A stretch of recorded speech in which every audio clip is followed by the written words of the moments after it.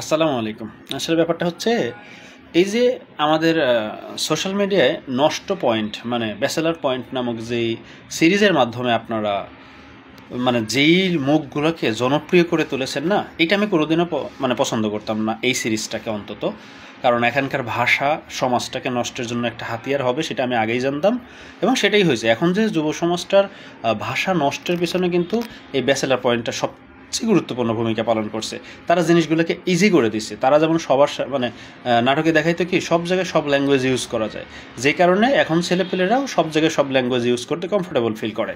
তো এখন এই যে আপনারা তাদেরকে জনপ্রিয় বানানোর মাধ্যমে এমন একটা পর্যায়ে নিয়ে গেছেন, এখন তারা আপনাদেরকে শেখাচ্ছে যে এই যে এই জিনিসটা মানে এটা তো মজো, বুঝছেন তো? তো ওনারা শেখাচ্ছে যে কোকা কোলা এটা সেটা না, এটা তো ফিলিস্তিনিতেও তাদের নাকি ফ্যাক্টরি আছে। বুঝছেন কত বড় মূর্খের দল এরা। পড়াশোনা তো কিচ্ছু করে না কোনোদিনও, মানে আজকের ল্যাঙ্গুয়েজে আপনারা কষ্ট পাবেন না। মানে এইসব অভিনেতারা যে জীবনেও পড়াশোনা করে না, একটা স্ক্রিপ্ট ধরায় দিল, ওখানে যে এমন কিছু কথা লেখা থাকতে পারে যেটার দ্বারা তার ফ্যামিলিতে তার আত্মীয় স্বজনের কার উপর দিয়ে কোনটা চলে গেল সেটা যে আসলে সত্য কিনা সেটা দেখতে হবে না ভাই? আপনি তো দিন শেষে মুসলিম, মরতে তো হবে মুসলিম হিসেবে। আপনি অন্য ধর্মকে যেমন আঘাত করতে পারেন না, নিজের ধর্মকেও তো রক্ষণ করতে হবে, আপনাকে রক্ষা করতে হবে, তাই না? তো ওনারা কি বলে ফিলিস্তিনেও নাকি আপনার কোকাকোলার ফ্যাক্টরি আছে। ভালো, ফিলিস্তিনিতে কোকাকোলার ফ্যাক্টরি আছে, এটা সত্য। কিন্তু ভাই কোন জায়গাটা ওটা আপনি কি এটা জানেন? ওই জায়গাটা যে ওনারা ওদের কাছ থেকে কেড়ে নিয়ে বোমা ফেলে ইচ্ছা মতো মেরে তাদের মতো মানে আপনার তো বুঝতে হবে যে ওই যে ঈদে যে রাষ্ট্রটা আছে তারা যেমন আপনার আমাদের ভাই বোনদের আক্রমণ করে, যখন তাদের জায়গাটা ছিনিয়ে নিয়ে সেই জায়গায় ফ্যাক্টরি দিল, সেটা হয়ে গেল ওদের ফ্যাক্টরি। ওই জায়গায় ফ্যাক্টরি আছে, এটা কথা সত্য। পড়াশোনা করতে হবে ভাই, জানতে হবে।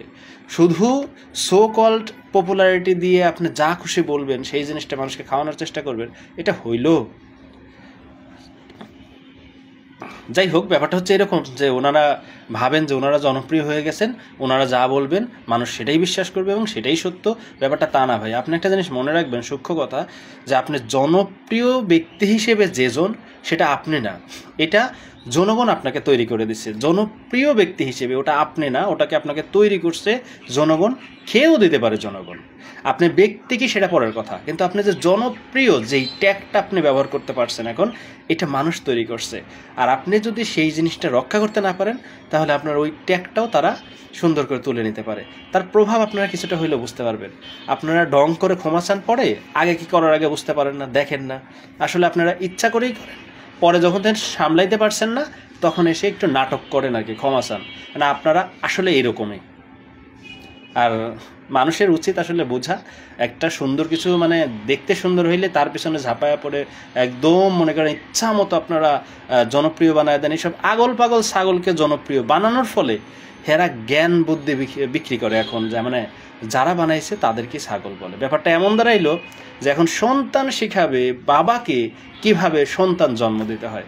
বোঝেন নাই ব্যাপারটা? এই যে ছাগল পয়েন্টের যতগুলো অভিনেতারা এই বিজ্ঞাপনটা করছে, এদের বিচার তো আল্লাহ করবেই, আর আপনারাও ব্যক্তি হিসেবে করা উচিত।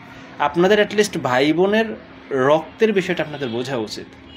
আপনাদের তো খারাপ কিছু করতে হবে না, ইথিক্যালি ভাবেন, তাইলে তো হয়েছে। ঠিক আছে না? সবাই ভালো থাকেন। আসসালামু আলাইকুম।